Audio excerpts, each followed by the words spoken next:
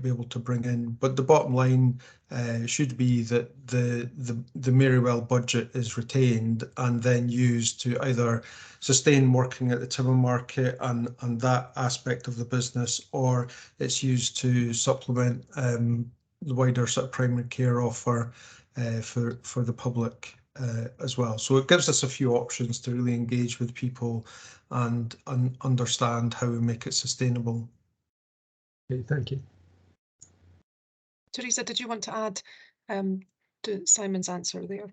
Thank you, Chair. Yes, I did. Just wanted to answer the councillor's query there, just about the kind of way forward and our future of service provision.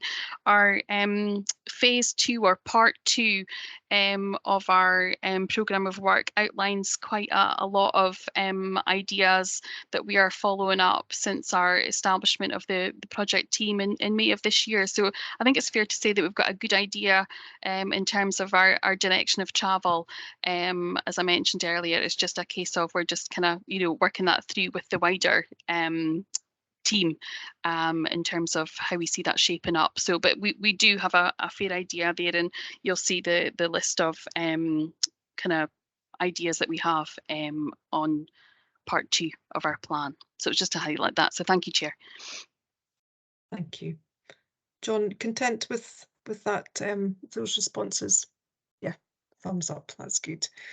I would just add that I really, when I read this, I was really impressed that the approach taken was not to keep people with drug and alcohol problems or people that are at risk of being homeless siloed from the wider population, and the idea of support in general practice who are already responding to this wide group of people, but to help support them more and how they're caring for people who have got complex needs that are linked to deprivation is a really positive step forward, and recognise that that's complex. So I think the 18 months hopefully is sufficient time to work that through and come back with how we can do things better in a sustainable way for the whole system. I think is really good to see. Christian. Yes, thanks very much. I just wanted maybe have a few questions on the Appendix 1A, I think it is, and particularly the recommendations of primary care health inequality short life working group. And I see, for example, some developing a network of expert reference groups with lived experience. That seems to me to be very useful, and particularly to understand and improve equity and around awareness of health need and healthcare for many individuals across the city. I've got a question about the pilot talking about digital empowerment for health for patients digitally excluded. Are we talking about, some of them who have mobile phones but have no data? Or what are we talking about exactly? What are we trying to pilot? What I would like to know, and then I'll have another question. Thanks, Christian. Simon, Teresa, who wants to respond to that? Teresa. Sorry, I was just looking to see the annex and just double checking which one you were talking about there. But I suppose just in general terms for us as a team, we need to be very mindful that our cohort of patients maybe don't have mobile phones at all. So we need to be thinking outside the box in terms of how we communicate and liaise with our patients. That's really important for us. And what we will be doing is working through Annex A and all of the short life working group health inequalities items there that are listed, to make sure that we are fully considering each and building that into our plan moving forward. We will look, as you say, to establish a health inequalities network. We've got some really good connections with some of our colleagues who are around the deep end GP work. So we've already, begun that work almost. But absolutely, we do need to be mindful about the digital aspects and to make sure that's built into the plan moving forward. Thank you. Yeah, I'm very interested. That was on page 140. I should have said. Sorry about that. Oh, no, it's okay. and I'm very interesting about it because it's exactly how I want to know what we are piloting. If we know in the future, and you can let us know, is just to have a collaborative approach with other services who have the same problem, and if we can, help each of us to find a way for this will be great. On page 141, my second question was about something again which we find very often with people, and to increase that equity between people who are not, their needs are not met, and it's the unmet health needs in general practice. So how are we going to be able, and that's a difficult one, how are we going to be able to quantify this? What is the magic solution to because it's what we're always looking for. It's not the people who go through our windows, it's the one who are not going through our windows, or their health needs are not met. How are you going to quantify this would be my question.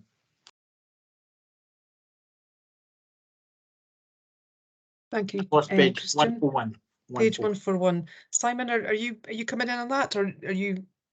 Yeah, I think there's a few things that we can do. I think building the network with the DPEN GP association will really help us with that, because that's what that whole structure has been set up for. So that they describe it as the inverse care law, that the people who need the most healthcare are probably the ones who are sort of not engaging enough to some extent, but then you also get the people who overuse our secondary care services. So there's a bit about looking at areas of deprivation and the use of secondary care services and emergency services. So there's quite a lot of data work and probably a bit of mapping that we need to do, and sort of linking some of that intelligence together a little bit in terms of who are the people in our population that are struggling to engage and then having severe health problems that mean that they go straight to the emergency department. So there's a lot of community engagement that I think we need to do in relation to that, and working in partnership with the community areas to develop a response to that. But certainly the whole DPEN GP structure and rationale and ethos is about ensuring that the most vulnerable get healthcare, and that we are supporting professionals. It's a bit like the workforce development discussion earlier. It's about making sure that the deep end of primary care is properly supported, that staff don't burn out, and that we're reaching the people that need the support. Thanks very much for that, Simon. And as John said earlier, anything that we can help on this, we're happy to help, especially that link with communities and understanding how we can address this unmet health needs which is, as you said, means straight to A&E instead of having that care in the community well before. So how to communicate with the people we're not communicating yet. So any help you can do, please, Simon, where we are. Teresa as well. Thank you. Thank you, Christian. And I think I would echo that offer as probably from all members of the IJB that we're here to support, and that particularly our elected officials have a wide network into local communities. So please, the offer is there to use those networks to their full. Absolutely. Okay, I'm not seeing any other hands up. So I think if we're content with that, we'll go to the recommendations, which is to, Teresa had already read them out, so they're on page 121. So we're noting the progress with Marywell. We're agreeing that a triage clinic will be established. Recommendation C, we agree that Marywell is funded for 24 months via the ADP. D, we're instructing the Chief Officer to develop and deliver a health inequalities plan to support mainstream primary care. And then E, we're instructing the Chief Officer to report to a meeting of the IJB on the next phase of the Marywell redesign, with a business case to outline the future provision within 18 months from this meeting. We're all happy with that, and we can record. I see thumbs up. That's great. We can record as well our open offer for all IJB members to support this work in any way. So do not hesitate to come to us if you think there's a fit and something that we can helpfully do, but look forward to this work coming back, and I really appreciate the approach being taken to such a complex area. So thank you, Teresa and Simon, for your work around this. Thank you. Thank you, Chair. Thank you. Okay, thank you. So we'll now go to our next item, which is the Primary Care Improvement Plan update. Who have we? I see Alison. Yes. Is it Alison and Susie that we have Yes. today? Welcome. Alison, do you want to introduce yourself to the IGB? Thank you, Chair. Good afternoon. I'm Alison Penman, Programme Manager for PSIP, the Primary Care Improvement Plan. For the board to note, this report is an update. It's not a new refreshed plan, so this is just an update on current state for PSIP work streams. A revised, just to set the scene, a revised MOU, Memorandum of Understanding, was published in 2021 and taking into account the next iteration of the contract. So the MOU is an agreement between the Scottish Government and the SGPC, which is the Scottish General Practitioners Committee of the BMA. The MOU2 highlights the services for focus as the VTP, so it's a vaccination transformation programme, pharmacotherapy, and CTAC, which is community treatment and care. However, a funding confirmation letter received in August 2022 realigned the services slightly with a focus on urgent care, pharmacotherapy, and CTAC. And for MSK physiotherapy, the vaccination transformation programme and the link practitioner service to continue to progress, but perhaps not at such fast pace as the other three services. The PSIP sets out how the partnership, the Health and Social Care Partnership for Aberdeen City, intends to transform general practice services with the intention of allowing GPs to undertake their role as expert medical generalists. So it's creating multidisciplinary teams. The PSIP project group will be working to create a refreshed PSIP plan, so not an update, a plan, and that would be in the new year for a draft, which would be approved by the LMC and GP sub. The plan is not approved by the IGB, but would be presented to the IGB for information and update.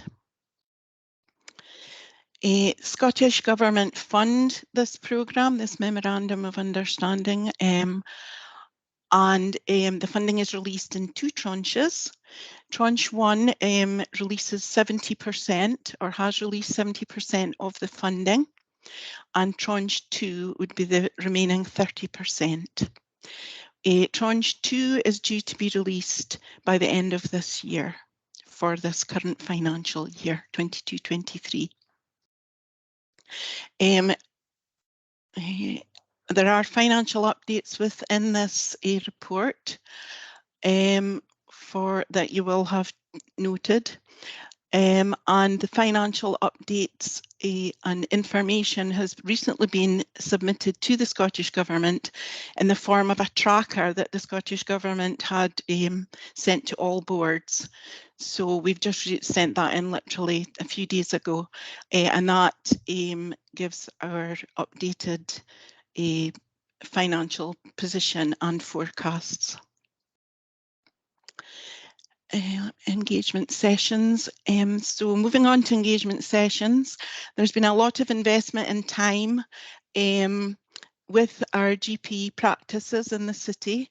There's been a number of engagement sessions. So we've had a citywide event, we've had 2 open digital workshops, and a survey tool is in place at the moment, with a forthcoming citywide session to take place on the 6th of December. Feedback from the two engagement sessions held in September were generally positive in terms of the quality and care delivered. However, there is a clear message from GPs and from the practices that when at full capacity, the PSIP services are a huge asset in terms of GP time. However, there's no PSIP services at the moment managing to deliver the robust enough service to allow practices to make permanent changes to their models. As a default, and work will fall back to the practices themselves. The risk to the delivery of PSIP. So the two main factors that we would consider are financial. So the current financial climate gives us uncertainties in terms of funding. And recruitment, we've discussed this with the report around the workforce, and it's not a new challenge, but recruiting a skilled workforce to deliver these work streams is proving to be challenging for some of the work streams. Okay, we've briefly discussed the finance that is available within the report as an update. And we've looked at the work streams. I think that's a brief overview of the content of the report. I thank you very much. And if you've got any questions you would like to present in terms of the report, I thank you. Thanks, Alison, and thanks for explaining all the acronyms as you went. That's always helpful for IJB members. Martin. Thank you, Luann. Thank you, Alison, for the report. It's really positive. There's a lot of really encouraging, good things going on. For example, there's the pharmacology and the urgent care activities, which are really promising, looking really well. There's mention in there of the previous underspend.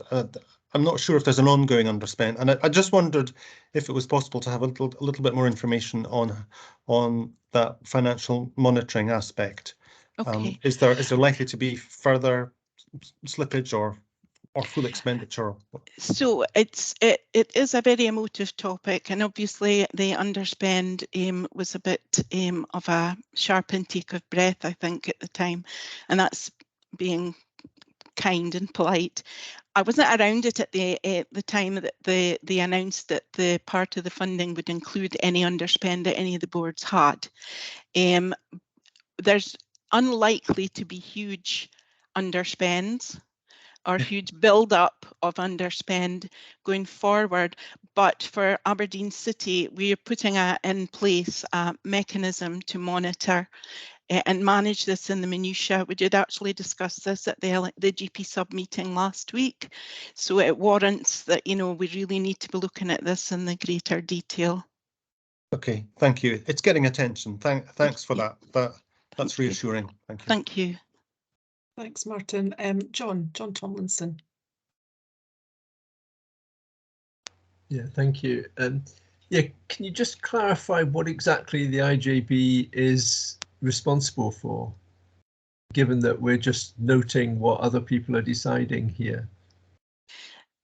My understanding is that anything going forward, any initiatives, any spend, any allocation, any projects that are changing in addition to what's going forward in terms of the work streams are all approved by the LMC and GP sub, not approved by the IJB, is my understanding. Maybe Susie could come in with that. No. Yeah, hi.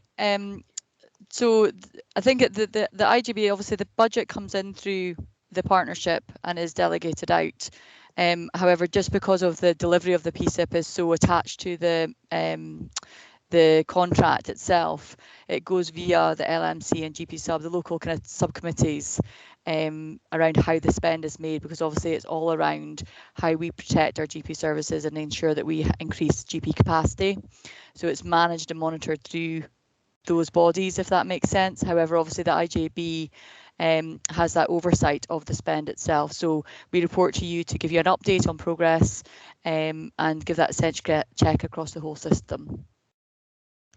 Okay, I'm still not totally clear about what our role is here, in the sense, do we hold the excuse me, do we hold the budget, or who does? Who employs the staff, and are we watching something, or do we intervene at any point if something isn't going right? So I see Sandra's wanted to come in. Yeah. John, I can, yeah, thanks, Chair. I can try and help that. Susie, you can come back in and correct me if I get any of this wrong. So my understanding, John, is that the MOU was agreed at a national level with for how the Primary Care Improvement Fund was going to be distributed. So effectively, the IGB we are accountable for delivery of the Primary Care Improvement Plan. We're accountable for the spend and the monies. We're accountable, when the staff are employed, they will either be employed through the NHS grant paying, but fundamentally through the Health and Social Care Partnership. So we're responsible for all of that and accountable for all of that. What we don't have the remit for is we cannot state how the money is spent. So we have to go through LMC and GP sub, who ultimately can veto either way whether any ideas that are put forward on how we would like to consider that spend, and if they deviate from the plan at all, they have the remit to approve or not.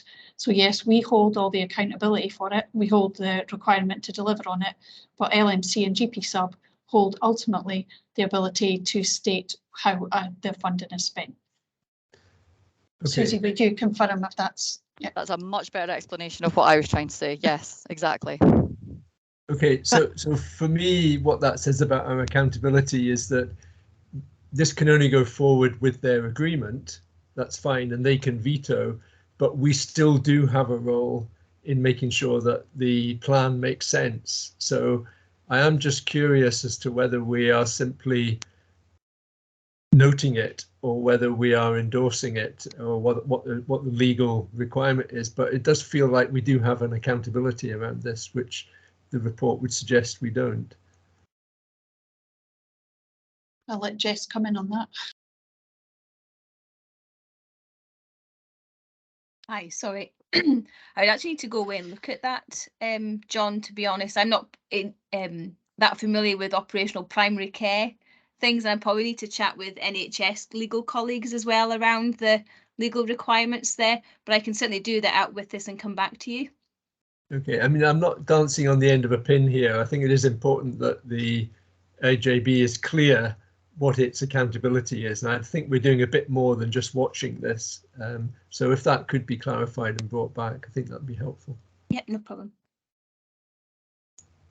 Thank you, John. And I think we are planning to have a workshop on the wider sustainability around general practice in the new year, where I think it would be good to spend that time looking at what we're actually responsible for, and then what we can influence, because it's a complex picture, and one that we need to get, we need to understand, like you say, so that we're clear what we're accountable for. So we'll make sure that comes into the seminar brief for early 23 as well. I know that you'll not be there for that, but we'll take it forward because it's important.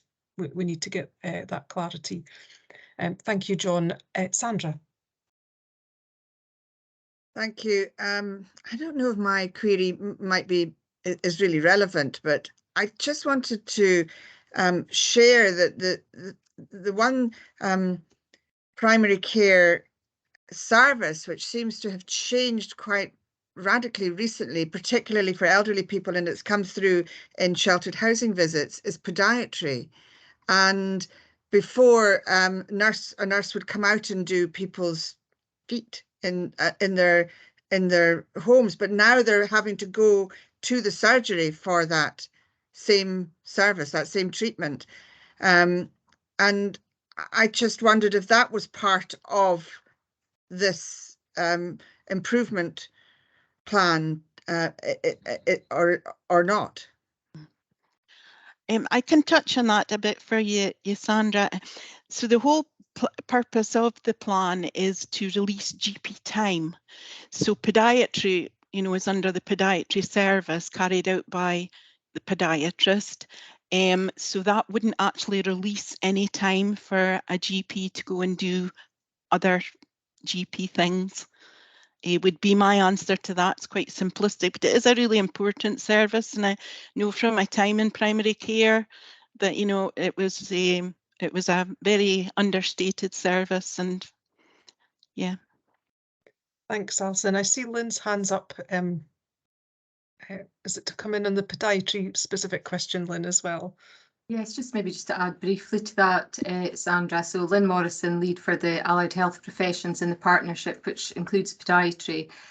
So there have been certainly currently temporarily changes within our podiatry provision, and that's largely due to pressures within the service, both in terms of workforce pressures, some of which we've rehearsed earlier in the call today, but also just some of that backlog demand we've seen in terms of higher levels of clinical needs. The two things together are presenting real challenges for that service, which has not been able to fully remobilise to cover everything they would have done before.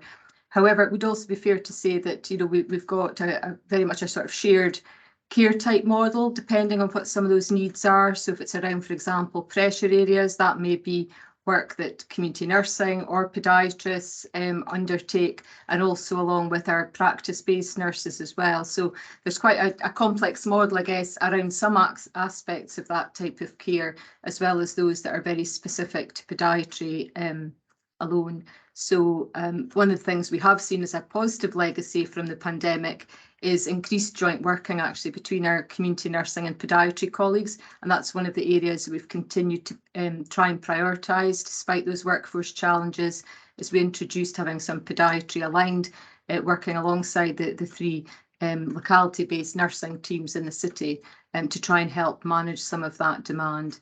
But it would be fair to say too that where people can travel to get to clinics, that we are encouraging them to do so, just because of that constraint that we currently have in our service provision. So that may mean some changes for people, but we do still see people at home if that is the only place that we can deliver their care appropriately for them.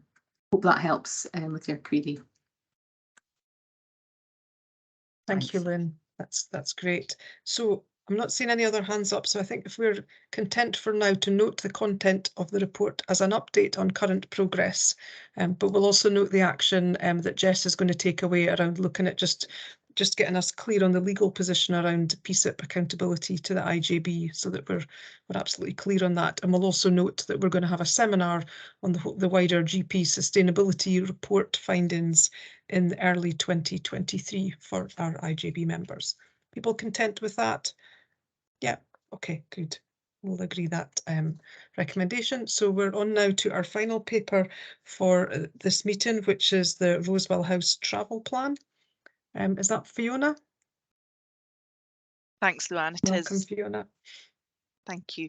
And this is just an update following us taking our travel plan to you in October last year. And this was originally created due to the concerns raised by our local residents on Summerhill Road. And it's just to update the IJB where we've got to with that plan. So you can see the paper in front of you. We have made some progress.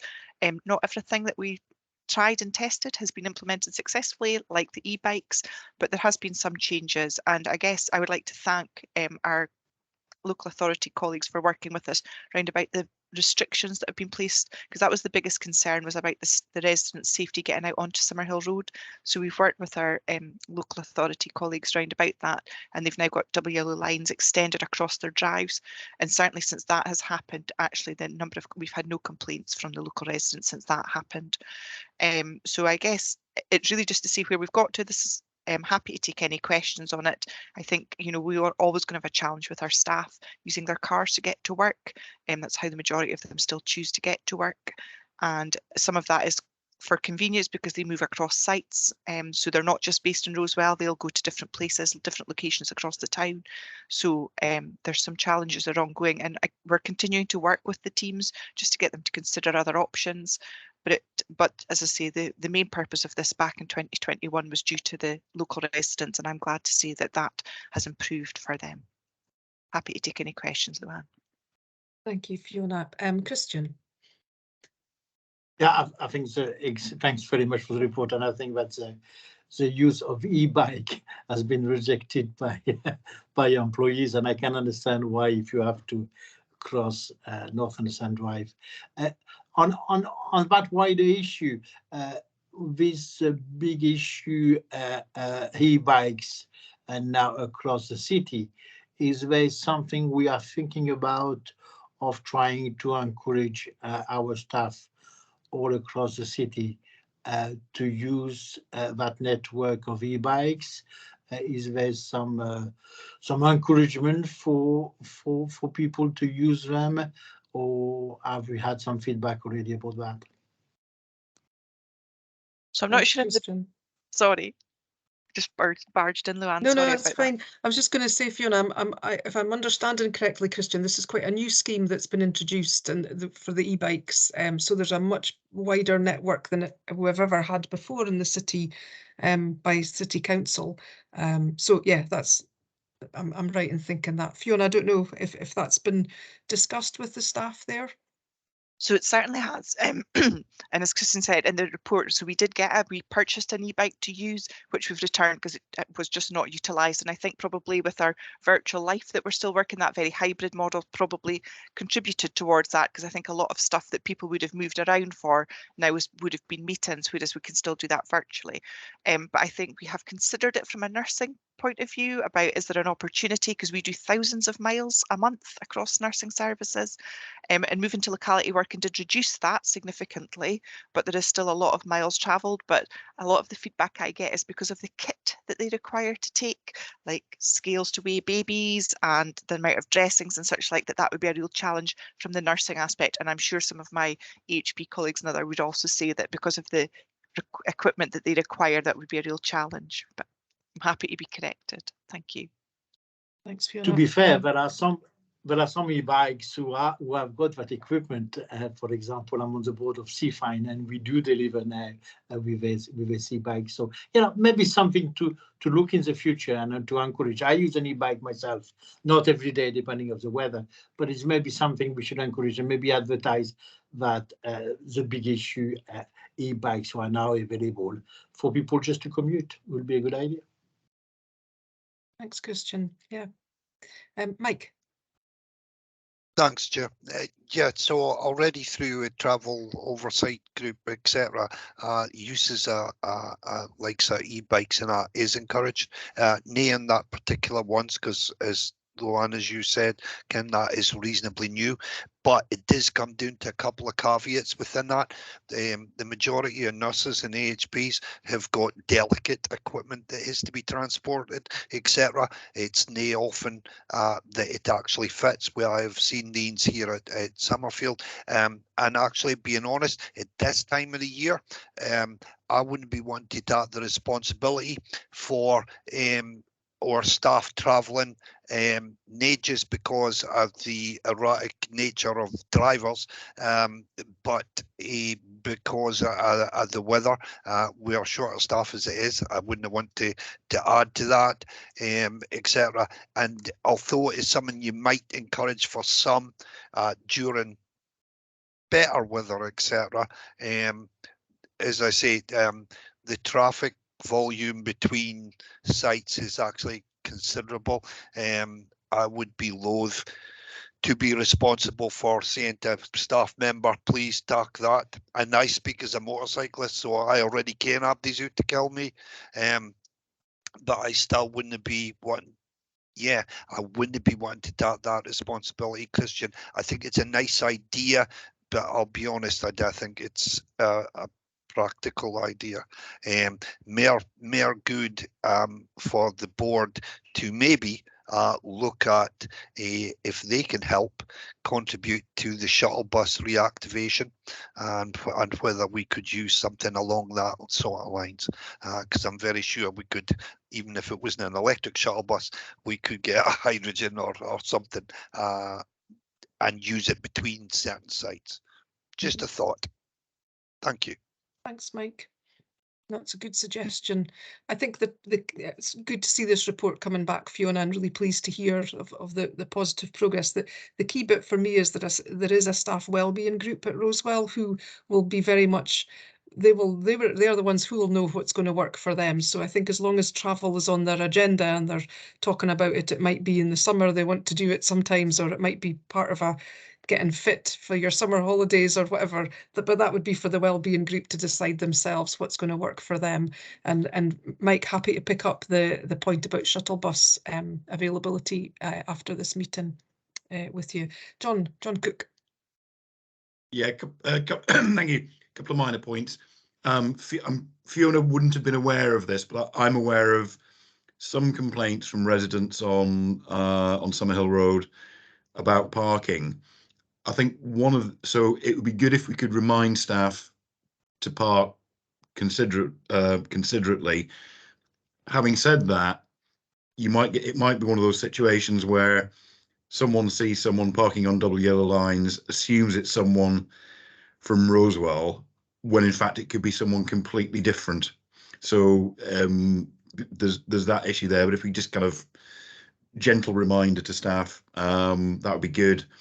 Yeah, in terms of Christian's point, kind of part of me wants to encourage active travel, but I have to say, under no circumstances would I be cycling on that roundabout between Anderson Drive and Kingsgate, not in a million years.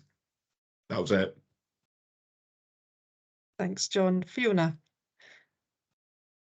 Thanks, Luann, and thanks, John. And yes, so that message regularly goes back to our staff about considerate parking, and your point's very valid because we've had photos sent to us of your staff are parking like this, and actually when we've gone and looked, they've not been our staff, you know, nobody, it could be a visitor or anything else. So I take on board your point and agree completely with you, John, but we will continue to work with our teams to just remind them to be considerate, but thank you. Thanks, Fiona. Martin.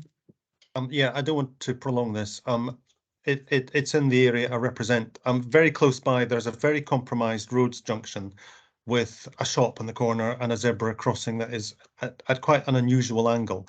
So, you know, I'm pretty sure that it's customers as well and others. It's not just those at Rosewell. I just thought I'd add that in. Thanks. Thank you, Martin. Yeah. Well, I think on that note we'll finish. I think it's a complex area, isn't it? And there's a lot of pressures on parking spaces, but it sounds like the travel plan is being effective and it will be monitored, and the staff wellbeing group will be all around that. So that's good to hear. So if there's no other questions from people, if we're content to agree the recommendation, which is to note the details contained in the report and the measures to be progressed by the service manager, we're happy with that. Yeah, that's grand. Okay, thanks everyone. So that brings us to we're right through the agenda. That's great. Our next meeting is on the 31st of January. It's likely that we will have a workshop before that in early January, but that concludes our business for today. So thank you all very much for your contributions and good discussions as always with IGB colleagues. It feels weird to say have a lovely Christmas period because it's not even December yet, but if I don't see you, please do. And yeah, look forward to seeing and working with you all in 2023. Thanks everyone. Thank you. Thank you. Thanks. Thank you. Thanks, Luann.